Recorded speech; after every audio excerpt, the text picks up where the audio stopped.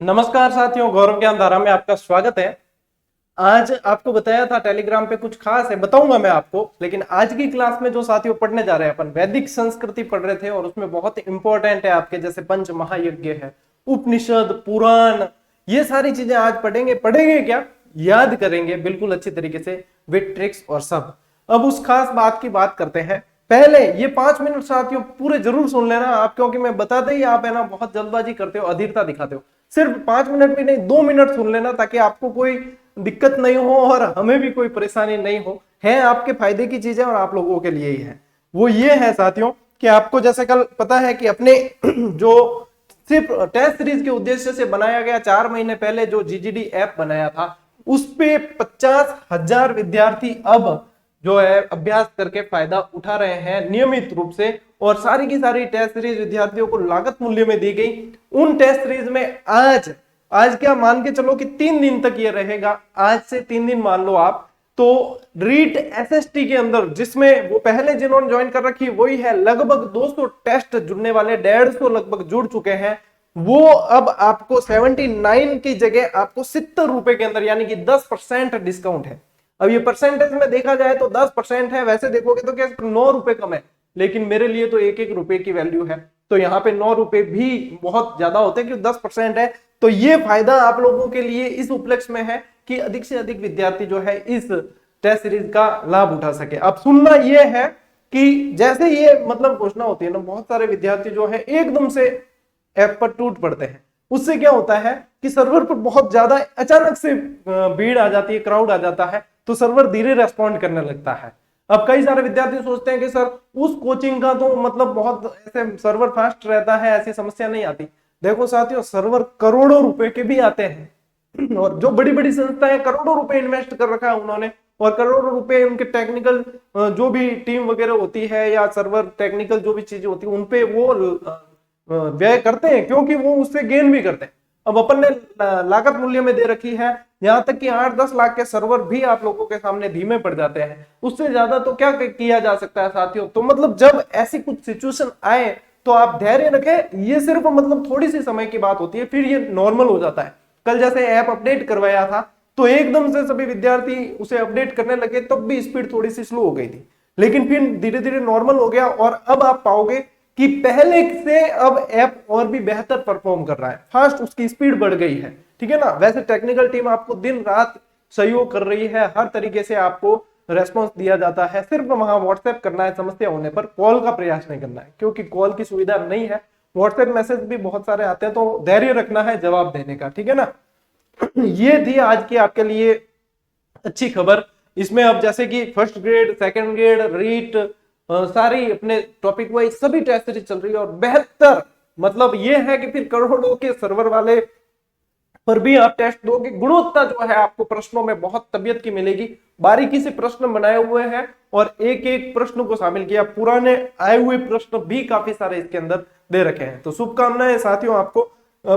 कुछ लोगों के मन में ये भी होता है कि सर हमने अभी ली और टेस्ट सीरीज अभी 2 दिन पहले ली, 4 दिन पहले ली, ये होता है, और आज आपके ये आपने 79 की जगह 70 कर दिए। कोई फर्क नहीं पड़ेगा साथियों आपको। आपने जितने दिन पहले लिए उतना आपने अभ्यास किया है, तो आप उन सबसे इतने आगे हो, ये बेनिफिट है आपको। और वो 79 में भी आपको महंगी नहीं है। लगभग एक टेस्ट यदि पाओगे आप, लागत मूल्य में इसलिए कह रहा हूं, एक टेस्ट यदि आप देखोगे तो उसमें लगभग आपको 30 या 33 पैसे का ही पड़ रहा है, क्योंकि ये 79 में आपको कितने लगभग टेस्ट मिल रहे हैं, 200 से भी ज्यादा हो जाएंगे। जो 20-21 जून तक सारे के सारे जुड़ जाएंगे, लगभग 150 के करीब जुड़ चुके हैं।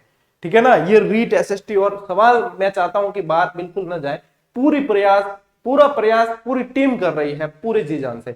अच्छा, इसमें फिर कई जने सोचते हैं ये जीएसटी है ना साथियों, इसमें शामिल नहीं है। जीएसटी इसके लिए अलग से जुड़ता है, जो हमारे पास नहीं आता है वो सरकार लेती है जीएसटी, है ना। तो ये चीज आप देख लेना। अब साथियों अपन शुरू करेंगे अपनी इस क्लास को। ये सूचना थी एक जो देनी थी, लेकिन अब ध्यान रखें कि जैसे मतलब बहुत जब क्राउड होता है तो थोड़ी सी उसकी ऐप की स्पीड टूट जाती है, तब आप थोड़ा सा धैर्य रखें। जैसे ही सब जने ले लेते हैं या हो जाता है ना सही सेट, उसके बाद में बिल्कुल प्रॉपर तरीके से काम करता है। ठीक है साथियों, यही सहयोग हम कहते हैं ना, सहयोग बना के रखें, सहयोग बना के रखें, वो सहयोग यही चाहिए आप लोगों से। अब साथियों वैदिक संस्कृति की बात करते हैं। वैदिक सभ्यता के अंदर अपन पढ़ रहे थे कल, बहुत सारी चीजें अपन ने उसमें पढ़ ली है। आज साथियों यदि देखा जाए तो अपने जैसे आश्रम व्यवस्था है, ठीक है ना, आश्रम, अब वो जपनाम वाला आश्रम को नहीं है कि बाबा जी की सदाई जाए, वो आश्रम नहीं। यहाँ आश्रम व्यवस्था की बात करें तो पूरे जीवन को 4 आश्रमों में जैसे बांटा गया है, बाल ब्रह्मचर्याश्रम, फिर आपके आ जाता है गृहस्थ आश्रम, वानप्रस्थाश्रम और फिर संन्यास आश्रम। अब ये आश्रम व्यवस्था आपको पता है 25-25 साल के टुकड़ों में बांटी गई है, और ये लगभग इसी से 4 पूछ ले आपको तो ध्यान है। अब उसमें से एक अवस्था है गृहस्थाश्रम, ठीक है ना, जिसमें गृहस्थ जीवन जीने के लिए गृहस्थाश्रम 25 से 50 वाली एज, ठीक है ना, उसके अंदर गृहस्थ लोगों के लिए कुछ यज्ञ बताए गए हैं जिन्हें पंच महायज्ञ के नाम से जाना जाता है। और ये यहाँ पे सवाल बन जाते हैं, पंच महायज्ञ से सवाल बनते हैं। तो अब अपने कोशिश यह है कि मोस्ट ऑफ सवाल कवर हो जाए, अपने गलत नहीं हो, ठीक है। देखो पंच महायज्ञ की ट्रिक है साथियों, ट्रिक बहुत बरमार है, जिसको सीधे याद हो रहा है सीधे कर लेना, जिसको ट्रिक की आवश्यकता है वो ट्रिक से याद कर सकते हैं, बिल्कुल आसान ट्रिक है। ट्रिक है ब्रह्मदेव पितृभूतति। ब्रह्मदेव पितृभूतति ये क्या है, बहुत सारी चीजें होती है तो कंफ्यूजन होता है, ये याद करने से आपके कंफ्यूजन नहीं होता है। ब्रह्मदेव पितृभूतति, अब ब्रह्मदेव पितृभूतति से सबसे पहले आ जाएगा ब्रह्म यज्ञ, जिसे ऋषि यज्ञ भी कहते हैं। फिर आ जाता है आपके देव यज्ञ, पितृ यज्ञ, भूत यज्ञ और अतिथि यज्ञ, नर यज्ञ भी कहा जाता है, मनुष्य यज्ञ भी कहा जाता है, ठीक है। तो सबसे पहला साथियों यहां से लेते हैं, ये पहला है, इसे ब्रह्म यज्ञ या ऋषि यज्ञ भी कहा जाता है। अब ब्रह्म यज्ञ ये समझ लो ब्राह्मण, ठीक है ना, तो ब्रह्म यज्ञ ऋषि मुनियों के प्रति जो है अध्ययन अध्यापन इन सब के द्वारा अपनी कृतज्ञता जताना, जो गुरु है, ठीक है, गुरु के प्रति अपनी कृतज्ञता जताना कि आपने हमें ज्ञान दिया और आपने हमें मतलब जीवन दर्शन कराया, इसलिए हम आपके आभारी हैं और आपकी अच्छी शिक्षाओं का अनुसरण करेंगे, ठीक है। अच्छी शिक्षाओं का मैंने जिक्र किया है, ठीक है ना। हम कोई गुरु गुटका खाओ तो है तो थे गुटका खाना हो रहा, अनुसरण नहीं करना है, ठीक है। तो अच्छी शिक्षाओं का अनुसरण हम करेंगे, ठीक है। हालांकि कलयुग में आ चीजा मतलब गुरु फॉलो करनी वगैरह कम ही हुआ करे। आजकल तो गुरुजी आपने ये क्या कर दिया, वो क्या कर दिया, क्या गुरुजी तार तार कर दे, कई जना में देखिए, कई चैनल में आते लगोड़ा पड़िया रहे स्टूडेंट, तो मतलब वहां पे कुछ भी मिल रहा है, गुरु का मतलब है गुरु कुछ ना कुछ दे रहा है आपको, ठीक है ना, तो वो ग्रहण करना है उससे। तो यहाँ पे क्या है, ऋषि मुनियों के प्रति कृतज्ञता अपनी जताना। वो समय देखो अलग ही समय था, वैदिक काल वाला, वो पाचो नहीं आ सके, ठीक है। अब तो गुरु ने लूट ले, ऐसा भी है कई, ठीक। देव यज्ञ, देवों की पूजा, देवताओं की पूजा करना, ठीक है ना, देवताओं को प्रसन्न करना, देवताओं की आराधना करना, वो सब आता है देव यज्ञ के अंदर। सीधा जैसा नाम है वैसा ही इसके अंदर पढ़ना भी है। फिर आता है पितृ यज्ञ। पितृ जो है पितरों से संबंधित, पितृ क्या होते हैं, पूर्वज। एक तो होते हैं पूर्वज जो अपने पूर्व में जन्मे, एक होते हैं अग्रज जो अपने से पहले जन्मे, जैसे अग्रज भाई हो जाता है, ठीक है। एक होता है अनुज जो अपने बाद में जन्म लेता है, अनुज यानी छोटा भाई, ठीक है। तो पूर्वज जो अपने पूर्वज यानी कि पुरखों के सौगात ऐसे कहते हैं ना, तो पुरखे जो होते हैं वो पूर्वज। तो पूर्वज में जैसे अपने परदादा है या किसी के स्वर्गवासी दादा है या ऐसे, तो अपने जैसे श्राद्ध वगैरह करते हैं, ठीक है ना, पितरों को अर्पण करते हैं, ठीक है। कौवंश कराई पहला हरमगणिया आवती है, अपारा मम्मी या कोई भी पापा या कह देता आ गया श्राद्ध के दिन के आज ऊपर जान कौवंश बोलना, हरम आती दिद्र बोलते, कौवंश यूं दिद्र बोलता। बस बाद में बदमाश हुआ थोड़ा जोर कौवंश पाउडर गांवला कागला भी बुला देता के बे भी आ जाता कि कौन कौवंश करे, ठीक है। मजाक है, सीरियस नहीं लेना। तो ये मतलब ये कहने का तात्पर्य यही है, पितरों को तर्पण से संबंधित जो होता है वो पितृ यज्ञ कहलाता है, ठीक है साथियों। अब ये है भूत यज्ञ। भूत यज्ञ में क्या होता है, समस्त जीव, जैसे कई लोग जो है जैसे जीव दया जैसे करते हैं, जैसे आपको पूनम का फोटो भी बताया था, ठीक है ना, जैसे चींटियों को दाना डालना, बंदरों को, गायों को वगैरह भोजन पदार्थ खाद्य सामग्री खिलाना, ये सारे जो है समस्त जीवों के प्रति जो दया दिखाना होता है वो आता है आपके भूत यज्ञ के अंदर। अब ये जरूरी नहीं है कि इसके यज्ञ ही करना है, ये सारे कार्य इनके अंदर ही आते हैं जो गृहस्थों को करना चाहिए, ठीक है ना। खाली मटर गश्ती, एक दूसरी भूंडिया, ये सब नहीं करनी है। अपर समूह ज्यादा आजकल गॉसिप, गॉसिप कहवे नहीं, और गॉसिप किंग कौन है, गॉसिप के है भूंडिया है, ठीक है। एक दूसरे भूंडिया करना है, वो मैंने घर में के, वो मैंने घर में कहीं, वो यूं करियो, वो यूं करियो, इनमें जिंदगी निकल गई पूरी, ठीक है। तो ये जो है भूत यज्ञ यानी समस्त जीवों के प्रति दया करना। ज्यादा बातें भी ज्यादा भी नहीं होनी चाहिए, ज्यादा बातें होने से क्या होता है, बुराइयां फिर करनी पड़ती है, और बात तो क्या करेंगे, ठीक है ना। नई नई सगाई हो तो ध्यान रखना, ज्यादा नहीं करनी, ज्यादा हम बस भूंडिया ही हुआ, ठीक है। अतिथि यज्ञ, अतिथि यज्ञ यानी कि इसे मनुष्य यज्ञ या नर यज्ञ भी कहते हैं। इसमें साथियों अतिथि की सेवा करना, अतिथि देवो भव, अतिथि की सेवा सत्कार चाकती वगैरह करना, ये आ जाता है आपके इसके अंदर। तो ये 5 जो है पंच महायज्ञ कहलाते हैं। इसके अलावा जैसे आप पढ़ते हो वाजपेयी यज्ञ, अश्वमेध यज्ञ, पुरुषमेध यज्ञ, वो सारे अनुष्ठानिक यज्ञ है, वो अनुष्ठान किए जाते हैं, ठीक है ना, वो अनुष्ठानिक यज्ञ है। और ये है साथियों आपके पंच महायज्ञ कहलाते हैं, ठीक है। यहां से सवाल आए तो गलत मत करना, हम भी कर दो तो बचे कि कौन कर सका। कई जने कहते हैं सर आप बार बार मारवाड़ी बीच में क्यों, मारवाड़ी में सिर्फ वो चीज बोलता हूं जहां पे सिर्फ एक माहौल को हल्का करने के लिए कि विद्यार्थी प्रेशर में नहीं आए, वो चीज है, ठीक है ना। काम की चीज सारी की सारी आपके हिंदी में ही बताता हूं। मैं खुद भी स्टार्ट से, प्रारंभ से, बचपन से हिंदी ही बोलता था। मैं तो 10वीं 12वीं में आया हूं तब जाकर मारवाड़ी सीखी है, ठीक है ना। वो पहले टूटी फूटी बोलते थे, बहुत लोग हंसते थे। अब ऐसी बोलते कि किसी को लगता ही नहीं है कि बाद में सीखी होगी, ठीक है ना। अब तो सभी की बोल देते, सभी जो आसपास अलग अलग क्षेत्रीय भाषाएं बोलते थे वो सभी बोल देते अब तो। चलिए उपनिषद, उपनिषद होता है साथियों, उप यानी समीप, निषद यानी बैठना, समीप बैठना, किसके, गुरु के समीप बैठना, ठीक है ना। गुरु के समीप बैठोगे तो कुछ ना कुछ तो सीखने को ही मिलेगा, ठीक है ना। अच्छी ही बात सीखने को मिलेगी कुछ, गुरु उसे ही कहा जाता है जो कुछ ना कुछ सिखाए, अच्छा सिखाए, ठीक है।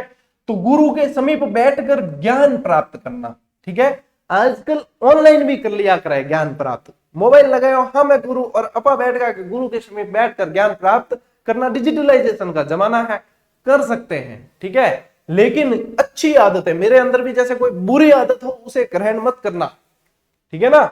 अच्छी आदत कोई हो, एक दो अगर हो तो उसे ग्रहण कर लेना, बाकी जो ये तो ग्रहण करना ही है, जो बोर्ड पे लिखा हुआ है ये ग्रहण जरूर करना है, यूं नहीं कहेंगे ये भी ग्रहण नहीं करे सवाल खोटा हो जाए, ठीक है। तो ये अच्छी आदतें जो हो उन्हें ग्रहण कर सकते हो। इन्हें वेदांत भी कहा जाता है क्योंकि ये वेदों के सबसे अंत में जुड़े हुए हैं, तो इन्हें वेदांत भी कहा जाता है, उपनिषद को वेदांत कहा जाता है, ये ध्यान रखना, ठीक है। इनकी कुल संख्या साथियों 108 है, लेकिन प्रामाणिक उपनिषदों की संख्या 12 ही है। उसमें से कुछ मुख्य उपनिषद जो पूछे जाते हैं वो मैं आपको यहाँ पे बता रहा हूं, ठीक है। इसमें साथियों ध्यान रखना सबसे बड़ा जो है वो बृहदारण्यक है। देखो इसके नाम में ही बृहद जुड़ा हुआ है, तो लोड तो लेना नहीं।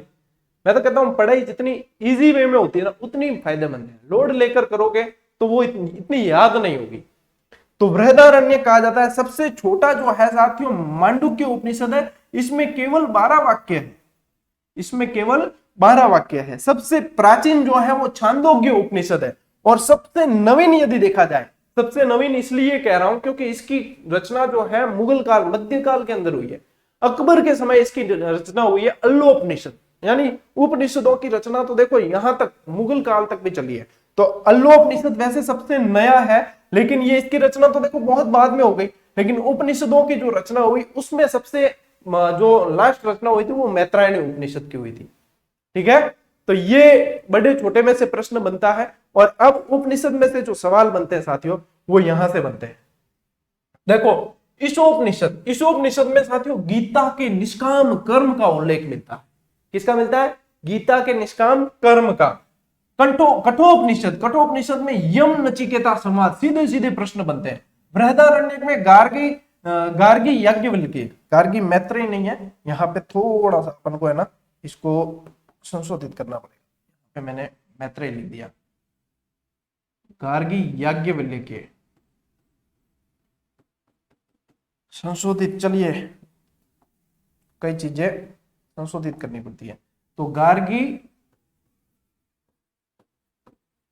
याज्ञवल्क्य संवाद इसके अंदर मिलता है बृहदारण्यक में, ठीक है। मुंडकोपनिषद के अंदर साथियों सत्यमेव जयते का उल्लेख मिलता है, और यह सबसे ज्यादा पूछे जाने वाला सवाल है, ठीक है ना। वैसे ये सामान्य सवाल के अंदर आ गया, ये सभी को याद रहता है आजकल, लेकिन आप अच्छी तरीके से याद करना, ठीक है। फिर श्वेताश्वर, श्वेताश्वर के अंदर भगवान शिव का उल्लेख है और रुद्र का उल्लेख भी मिलता है। छांदोग्य उपनिषद के अंदर साथियों अद्वैत दर्शन का सबसे पहली बार स्पष्ट उल्लेख मिला है, वो आपके छांदोग्य उपनिषद के अंदर मिलता है, ठीक है। तो इसमें एक तो आपके ये बृहदारण्यक बहुत मोस्ट इंपॉर्टेंट है, एक ये यम नचिकेता संवाद बहुत मोस्ट इंपॉर्टेंट है, और एक ये मुंडकोपनिषद बहुत इंपॉर्टेंट है, ठीक है। एक इंपॉर्टेंट लाइन इसमें से ये है कि उपनिषद ब्रह्मसूत्र और गीता के सम्मिलित रूप को, उपनिषद ब्रह्मसूत्र गीता के सम्मिलित रूप को प्रस्थान त्रय कहा जाता है। त्रय यानी 3 का समूह है, ठीक है। उपनिषद ब्रह्मसूत्र और गीता के सम्मिलित रूप को याद करना है ऐसे का ऐसे। चलिए इसके बाद आते हैं साथियों, वो तो देखो उपनिषद तो कहलाए वेदांत यानी वेदों के अंत में, ये है वेदांग, ठीक है ना। वेदांग, वेदांगों की संख्या कितनी है? 6 है, ठीक है। सबसे पहला शिक्षा, शिक्षा से तात्पर्य यह मैं बिल्कुल शॉर्ट में आपको बताया है यहाँ पे, बिल्कुल शॉर्ट के अंदर कि आपको याद क्या रखनी है, मुख्य मूल चीज क्या है, वो ये है। शिक्षा का मतलब है शब्दों का शुद्ध उच्चारण, ठीक है, शब्दों का शुद्ध उच्चारण, और इससे संबंधित जो थे वो वामज्जी ऋषि थे जिन्होंने इसकी रचना की, ठीक है, वामज्जी ऋषि ने रचना की। फिर है साथियों कल्प, कल्प वेदांत के अंदर कल्प आ गया जिसके अंदर कर्म कांड और विधि विधान का उल्लेख है, और इससे संबंधित है साथियों गौतम ऋषि, गौतम ऋषि। हालांकि वन लाइनर में ये सारी चीजें डाली हुई है, लेकिन वन लाइनर ने इस बार ऐसा किया है, सब कल आपको कंडीशन बता दी है, तो सारी चीज मतलब बहुत व्यवस्थित तरीके से, एक तरीके से रिवीजन बूस्टर इतना तगड़ा बनाया, बहुत फास्ट रिवीजन करवाने के हिसाब से, लेकिन अब वो डिले हो गया है। कुल मिला के रात दिन लगे हुए हैं हम, लेकिन आपको पता है जो काम 2 महीने से कर रहे थे उसको अब वापस 7, 8, 10 दिन के अंदर करना है, तो कितनी हालत खराब हो रही है। उसके बीच भी आपकी क्लास कहीं भी ब्रेक नहीं होने दी है, ठीक है, और क्लास के अंदर गुणवत्ता भी आपको पूरी पूरी दी गई है, लेकिन फिर भी देखो संघर्ष है, तो जो हुआ है उसको करना है, जो होता है उसको एक्सेप्ट करके आगे बढ़ना पड़ता है, उसको लेकर बैठ नहीं सकते, ठीक है। व्याकरण, व्याकरण जो है साथियों शब्दों की मीमांसा करने वाला शास्त्र है। व्याकरण शब्दों की मीमांसा यानी वैज्ञानिक रूप से इसकी एक नियमावली की जरूरत पड़ती है, वो चीज नियमावली जो होती है वो व्याकरण के अंदर आ गई। अब जैसे आपके पतंजलि की आ गई, अपने पाणिनि की अष्टाध्यायी आ गई, वार्तिक आ गए, ठीक है ना, ये सारी चीजें जो है वो व्याकरण के अंदर आ जाती है, ठीक है। तो ये फिर साथियों आ जाता है निरुक्त, निरुक्त से संबंधित है यास्क मुनि, यास्क मुनि, ठीक है। इसमें क्या है, भाषा विज्ञान और शब्दों की उत्पत्ति व्युत्पत्ति के बारे में बताया गया है। छंद, छंद से संबंधित आ जाएंगे साथियों आपके पिंगल मुनि, ठीक है। पद्यों और पद्यों को छंदबद्ध करना इसके अंदर आ जाता है, और ज्योतिष, ज्योतिष में आ जाते हैं लगत मुनि, ठीक है, और ग्रह नक्षत्रों का अध्ययन करना। अब ये जैसे मुझे याद है आपको भी हो सकते हैं, शिक्षा में वामज्जी ऋषि आ गए, कल्प में गौतम ऋषि आ गए, ठीक है, व्याकरण में आपके पतंजलि और ये सब पाणिनि वगैरह ये आ जाते हैं। फिर आपसे निरुक्त में यास्क मुनि आ गए, छंद में पिंगल मुनि आ गए, और ज्योतिष में लगत मुनि आ गए। ये बिल्कुल आसान है। अब जैसे कई जने पहली बार पढ़ते हैं ना, तो वो यूं सोचते हैं कि पहली बार में ही हम पूरे पहली बॉल में छक्का, मतलब डेब्यू मैच के अंदर पहली बॉल में छक्का मारते, जरूरी नहीं है छक्का ही मारे, आउट भी हो सकते हैं। तो मतलब प्रैक्टिस मेक्स मैन परफेक्ट। जैसे जैसे आप इस दौर से गुजरोगे आपको अनुभव होगा, आप जैसे जैसे पढ़ोगे तब कई सारी चीजें डाउटफुल रहेगी, फिर धीरे धीरे क्लियर होगा, ये सारी चीजें चलती है। मतलब कई लोग तो पहली बार में ही निकाल देते हैं सीट, ठीक है, तो वहां कोई समस्या नहीं होती। मैंने खुद ने रीट पहली बार ही दिया था, लेकिन कई लोगों को समय लगता है क्योंकि व्यक्ति की विभिन्नता होती है, तो उसमें घबराना नहीं है, लगातार मेहनत करनी है, लगातार मेहनत करने से सफलता निश्चित रूप से मिलेगी। फिर साथियों बात करते हैं पुराण की। पुराण की रचना जो है लोमहर्ष और लोमहर्ष के पुत्र उग्र सर्वा द्वारा की गई है। इसके अंदर मुख्यतया साथियों राजवंशों और राजवंशों की वंशावली की जानकारी मिलती है। ये प्रश्न ऐसे ही पूछा जाता है डायरेक्ट कि राजवंशों की वंशावली की जानकारी किस में मिलती है, निम्न में से, उपनिषद में, इसमें। तो यहाँ पे आपको पुराण का ध्यान रखना है, ठीक है।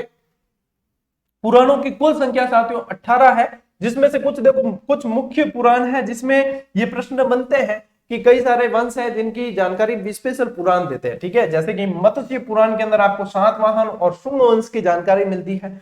विष्णु पुराण के अंदर आपको मौर्य वंश की जानकारी मिलती है, ठीक है ना। बोलो जुबा केसरी, ये तो याद रह जाएगा ना, विष्णु पुराण मौर्य, ठीक है ना। अब हर जुबा केसरी बोलेगा, ठीक, याद करना। 3 हीरो बैंड बजा दी बावड़े, पूरी एड ही नहीं देखी, कई जना और डायरेक्ट बैंड बजी, उसमें वो इलायची की ऐड कर रहे थे, ठीक है ना। अब इंडिया में एक समस्या है, अब जैसे मैं कह रहा हूं ना, तो मेरा भी कई जने नेगेटिव कमेंट भी कर सकते हैं, कोई नहीं, जिसकी जैसी सोच होगी वो वैसा कमेंट करेगा। मैंने उसमें एक पॉजिटिविटी देखी, वो ये कि बेचारे वो इलायची की ऐड कर रहे हैं। अब विमल नाम से कभी गुटखा आया करता था, अब विमल तो जैसे देखोगे तो मिराज नाम के प्लान है, ठीक है ना। अब मिराज तो कई जना भाई समझे, मिराज नाम के प्लान भी है तो उसका भी विरोध करोगे क्या, ठीक है ना। तब पूरी सिचुएशन नहीं दे रहे। ओडा ओडी गोडा फोड़न वाला खूब है इंडिया में और राजस्थान में, और कहीं कमी कौन है ओडा ओडी गोडा। अरे बस विरोध करने और तरीको मिलना चाहिए, पॉइंट मिलना चाहिए। ये इसलिए ज्यादा है कि फ्री लोग ज्यादा है, ठीक है ना। समय बहुत है, भारत वालों के पास में समय की कोई कमी नहीं है।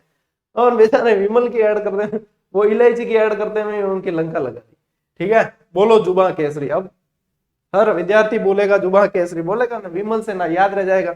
विष्णु पुराण के अंदर मौर्य वंश की जानकारी मिलती है, तय कर दी जो मेरो भी विरोध की कौन अपार तो क्लास यूं भी चला ली, ठीक है। वायु पुराण में गुप्त वंश की जानकारी मिलती है। भागवत पुराण के अंदर साथियों विष्णु के अवतारों की जानकारी मिलती है, ठीक है। विष्णु भगवान के अवतार बताने की आवश्यकता नहीं, आप सभी को पता है। तो विष्णु जी के अवतारों की जानकारी मिलती है। चलिए, इसके बाद साथियों आपके करवा देते हैं विवाह, ठीक है। विवाह करा दे। विवाह के अंदर सवाल बनते हैं साथियों, बहुत तबीयत के बनते हैं और लोगों के कंफ्यूजन होता है। कंफ्यूजन किस में होता है, सबसे पहले तो देखना याद रखना, अश्वलायन गृह सूत्र जो है उसके अंदर इन 8 विवाहों का उल्लेख किया गया है। उसमें से साथियों आपके ये जो 4 विवाह है ना, ये उत्तम श्रेणी के माने जाते हैं, ठीक है। और ये जो है उत्तम नहीं है, निकृष्ट है, ठीक है। उसमें से भी निकृष्टतम सबसे नीचे है। चलिए, अब कंफ्यूजन कहां होता है, कंफ्यूजन होता है एक तो इस ब्रह्म विवाह में और एक होता है इस प्रजापत्य विवाह में, ठीक है। अब यदि भारतीय वेद पुराण यदि और इनको देखते हैं तो ब्रह्म विवाह को सर्वश्रेष्ठ बताया है, लेकिन आज की परिस्थिति में देखा जाए तो प्रजापत्य विवाह सबसे श्रेष्ठ है। क्योंकि उस समय इस चीज को समझना, उस समय दहेज देना, और ये अब इसमें क्या होता है, ब्रह्म विवाह में योग्य वर और योग्य वधु तो होते ही है इसमें, ठीक है। इसके अंदर भी मैं लिख लेता हूं यहां ताकि आपको ध्यान रहे, योग्य वर और योग्य वधु, ठीक है। अब वर भी कैसा, वेद वगैरह सब जानता हो, वेदज्ञ, शीलवान वगैरह, मतलब यूं बिल्कुल ठबर ठिबर होना चाहिए, ठीक है। तो वो मतलब यहाँ पे आ जाएगा आपके योग्य वर योग्य वधु, और दहेज भी दिया जाता था, मतलब कन्याओं के साथ में गाय वगैरह सब दी जाती थी, तो वो दहेज भी दिया जाता था उस समय। मतलब दहेज देना इतना वो कुप्रथा के रूप में नहीं आता था, क्योंकि स्वेच्छा से दिया जाना। आजकल क्या है कि हुड़ा हुड़ी में बहुत सारी कुप्रथाएं, अब जैसे इस चक्कर में दहेज नहीं दे पाते हैं, इस चक्कर में फिर क्या है कि कन्यावध वगैरह ये सब होने लगे। तो इसलिए इसका विरोध भी किया जाना आज की तारीख में बहुत जरूरी है, ठीक है ना। नौकरी लगती हो तो पहले सर्टिफिकेट बनाकर सरकार लेगी कि हम ना तो दहेज लेंगे और न दहेज देंगे, जो बिल्कुल उचित है, ठीक है। न लेना चाहिए न देना चाहिए, तो आज के परिवेश में बहुत इसकी जरूरत है कि दहेज बिल्कुल ही बंद किया जाए, ठीक है। तो यहाँ पे मतलब उस समय सर्वोत्तम विवाह बताया गया इसे, ठीक है। फिर आता है साथियों देव विवाह। देव विवाह क्या है कि जैसे यज्ञ करवा रहे हैं अपने घर पे, यज्ञ करवाने कोई पुरोहित जी आए हैं, उस पुरोहित जी के साथ ही कोई घर की कन्या, योग्य कन्या जो उनके लायक है, उसका विवाह पुरोहित जी से करवा दिया जाता है, ठीक है, पंडित जी के साथ में। तो वो हो गया आपके देव विवाह, यानी कि देव का ही रूप है पुरोहित और उनके साथ में विवाह कर दिया, ठीक है। अर्श विवाह, अर्श विवाह में क्या होता है साथियों, यहां ध्यान देना, यहाँ पे वर पक्ष द्वारा वधु पक्ष को कन्या के बदले बैलों की जोड़ी, गाय वगैरह दी जाती है, ठीक है ना। बैल की जोड़ी और गाय दी जाती है, वो वर पक्ष दे रहा है, वधु पक्ष नहीं दे रहा है। वर पक्ष दे रहा है कि हम आपकी कन्या ले जा रहे हैं, आप ये बैलों की जोड़ी और ये, ठीक है ना। तो मतलब उसकी एवज में दी जाती है, वो आपके आ जाता है यहाँ पे आर्ष विवाह के अंदर। प्रजापत्य विवाह में क्या होता है, योग्य वधु और योग्य वर तो है, लेकिन ये बिना दहेज के है। तो वर्तमान परिप्रेक्ष्य में सबसे सर्वोत्तम सबसे बेस्ट विवाह है ये, ठीक है ना, कि योग्य वर है और योग्य वधु है, ठीक है। यूं नहीं कि एक तो है 7 फीट लंबा और एक लुगाई है 4 फीट की, जोड़ी कौन है, बेमेल जोड़ी है, तो योग्य वर योग्य वधु नहीं है वो, ठीक है। 4 फीट की छोरी है तो 4.5 फीट तक छोड़ो चाल जाए, ठीक है ना। 7 फीट को आदमी है तो कम कम 6 फीट की लुगाई, मतलब ये सिर्फ समझाने का है, ठीक है, ये कोई योग्य और उसके कोई दायरे नहीं है, ठीक है। कहने का मतलब योग्य वर और योग्य वधु के साथ में बिना दहेज के किया जाने वाला विवाह जो है वो प्रजापत्य में, ये चारों विवाह साथियों धर्मानुकूल है, यानी कि ये उत्तम है, इनमें से कोई भी विवाह किया जा सकता है, अच्छे विवाहों की श्रेणी में है, ठीक है। और फिर आते हैं बात ये निकृष्ट विवाह है, जैसे सबसे पहला लेते हैं आसुर विवाह। आसुर विवाह में क्या किया जाता है, एक तरीके से क्या हो रहा है, क्रय विक्रय हो रहा है एक तरीके से, ठीक है ना। वधु मूल्य चुकाकर विवाह किया जाता है कि ये पकड़ो 5 लाख रुपए और हम आपकी बेटी से शादी करेंगे। ये अब वधु मूल्य मतलब कीमत कहाँ होती है, ये पवित्र रिश्ता है, इसके अंदर तो मतलब 7 जन्मों की कसमें खाई जाती है। अब निभावे अलग बात है, कसम खाई जाती है, ठीक है ना। तो ये आ जाता है साथियों वधु मूल्य देकर विवाह करना, ठीक है, आसुर विवाह। गंधर्व विवाह आजकल बहुत चलन में है, ठीक है ना, इसमें शान और शौकत समझी जाती है। देखो एक दूसरे को पसंद आ गए तो मियाँ बीवी राजी तो क्या करेगा काजी, वो भी बात सही है। ये गंधर्व विवाह यानी कि लव मैरिज है, ठीक है, लव मैरिज है, प्रेम विवाह। यदि जनजातियों में देखा जाए तो गरासिया जनजाति में बहुत होता है, यहाँ पे इनमें क्या होता है, खेचना होता है, इनके मेले वगैरह होते हैं। तो कोई हो तो बुरा मत मानना, जब क्योंकि आप लोगों के समाज से ही ये जानकारी मैंने जुटाई है। तो विवाह वगैरह होते हैं तो उसमें एक परंपरा के निश्चित परंपरा के तहत वो खेचना होता है, फिर वो एक नाला पार कर लेते हैं, उसके बाद में उनका विवाह संपन्न माना जाता है, ऐसी परंपराएं हैं, ठीक है। तो ये प्रेम विवाह है जो आजकल जो है युवा और युवतियां इसमें बहुत इंटरेस्ट लेते हैं, और ये 17-18 साल की उम्र जैसे ही निकलती है इसके बाद में, और इस उम्र से और 25 वर्ष की उम्र तक ये परवान पर होता है, ये वाला मतलब यहाँ पे जो भावनाएं होती है वो परवान पर होती है, ठीक है ना। बिम की नहीं दिखे, माँ बाप भाई बहन की नहीं दिखे, सिर्फ प्रेम विवाह करने का उनके ऊपर बहुत सवाल होता है, और करते हैं, कई सक्सेस भी होते हैं, कई नहीं भी होते हैं, देखो वो तो सब विचार मिले तो वो बात अलग है। फिर आता है साथियों राक्षस विवाह। राक्षस विवाह के अंदर क्या होता है, अपहरण के बाद में, युवती के अपहरण के बाद विवाह किया जाता है। जैसे कि संयोगिता ने लेटर लिखा था ना पृथ्वीराज को, है तो वहां से फिर पृथ्वीराज आया अपहरण करके, कृष्ण भगवान रुक्मणी का भी तो ऐसे ही था, अपहरण करके फिर विवाह किया गया। तो ये ज्यादातर तो है क्षत्रिय, ज्यादा इसके अंदर क्षत्रिय ज्यादा करते थे कि राजकुमारी लिख देती थी लेटर, और उसके बाद में फिर उनको ये भगाकर अपहरण करके और फिर विवाह कर लेते थे। तो ये आ जाते थे साथियों आपके इसके अंदर, ठीक है ना। इसे छात्र विवाह यानी कि क्षत्रिय ज्यादा करते हैं तो छात्र विवाह भी कहा जाता है, ठीक है। ये वैसे राक्षस विवाह कहलाया है। ये सबसे निकृष्टतम है, जो पैशाची प्रवृत्ति के लोग होते हैं, जो राक्षसी प्रवृत्ति के लोग होते हैं ओरिजिनल, वो ये विवाह किए जाते हैं उनके। वो क्या करते हैं, पहले जो युवती है उसके साथ में कुकर्म के बाद फिर बाद में विवाह किया जाता है। ये सबसे ही निकृष्ट विवाह है, निकृष्टतम विवाह है बिल्कुल ही, ठीक है। तो ये ध्यान रखना, ये चीजें, ठीक है, ये धर्मानुकूल नहीं है, धर्म के अनुकूल नहीं है ये चारों विवाह, और ये चारों विवाह जो है वो धर्म के अनुकूल है, ठीक है। चलिए अब अपनी स्लाइड ही पूरी होगी, पता ही नहीं चला। देखो रोज तो आप कहते हो कि सर आपकी क्लास पूरी हो जाती है, पता नहीं चलता है, हमें याद नहीं रह रहा है, मतलब पता ही नहीं चलता क्लास पूरी हो गई, और आज मुझे ही पता ही नहीं चला कि क्लास पूरी हो गई है। तो अब साथियों वैसे तो देखो वैदिक सभ्यता में बहुत कुछ पढ़ने को है, तो अब साथियों अपन कल मौर्य को शुरू करेंगे। मौर्य में भी जो मुख्य मुख्य चीजें ना वो पढ़ाऊंगा। यदि पूरा एक एक चीज को पढ़ाने अगर मैं लगूंगा तो ये समझ लो कि अपने पूरा सप्ताह मौर्य में जाना है, क्यों बहुत सारी जानकारी है। तो मुख्य मुख्य जहां से सवाल बनते हैं, मुख्य मुख्य चीजों को लेते हुए चलेंगे, मोस्ट जहां से ज्यादा सवाल बनते हैं। बाकी पढ़ना आपको सब है, जैसे आप मैंने जो छोड़ दिए हैं इसके अंदर, मैंने ये याद करवाने के उद्देश्य आपसे आपको करवा दिए, मैंने जो छोड़ दिए वो आपको अपने स्तर पे पढ़ने हैं, ठीक है। सवाल कहीं से भी बन सकता है। तो बढ़िया, अब देखो अब आज की क्लास को समाप्त करते हैं। कल मौर्य ही है, कल मौर्य की क्लास आपको दे दूंगा, उसके बाद में फिर गुप्त, फिर हर्षवर्धन वगैरह ऐसे करते हुए, मतलब टारगेट है कि सारे टॉपिक को छुआ जाए, ठीक है ना सब। इसके अलावा 2-3 क्लासें आपको साइकोलॉजी की भी देनी है, और 1-2 हिंदी की देने का विचार है। देखो अब कैसे सेट होता है उसके ऊपर है, ठीक है। तो टेस्ट सीरीज के बारे में आपको बता दिया है, वन लाइनर के बारे में आपको बताया हुआ है। तो इन चीजों के अलावा यदि कुछ है तो वो कमेंट करके बता सकते हो। बाकी तारीफ करने वास्ते आपने कोई पाबंदी नहीं थे, कर सको, ठीक है। जितनी इच्छा हुआ कर सको। मैं भी पढ़ने राजी हूँ कि यार छोरा वास्तव में फायदो पहुंच रही हो, छोरा छोरियां दोनों पहुंच रही हो, ठीक है ना। कई जन छोरियां नाराज हो जाए, सर हम भी तो पढ़ रहे हैं, अरे थे तो घना हो, ठीक है। हाउसवाइफ तो बहुत ज्यादा है जिनको फायदा हो रहा है, और अच्छा लगता है जब विद्यार्थी लाभान्वित होते हैं तो अच्छा लगता है। प्रयास आप लोगों के लिए साथियों ऐसे ही निरंतर चलेंगे। बढ़िया मौज करो, राज करो। मिलते हैं अगली क्लास में, अगले वीडियो में। तब तक के लिए राम राम, जय हिंद।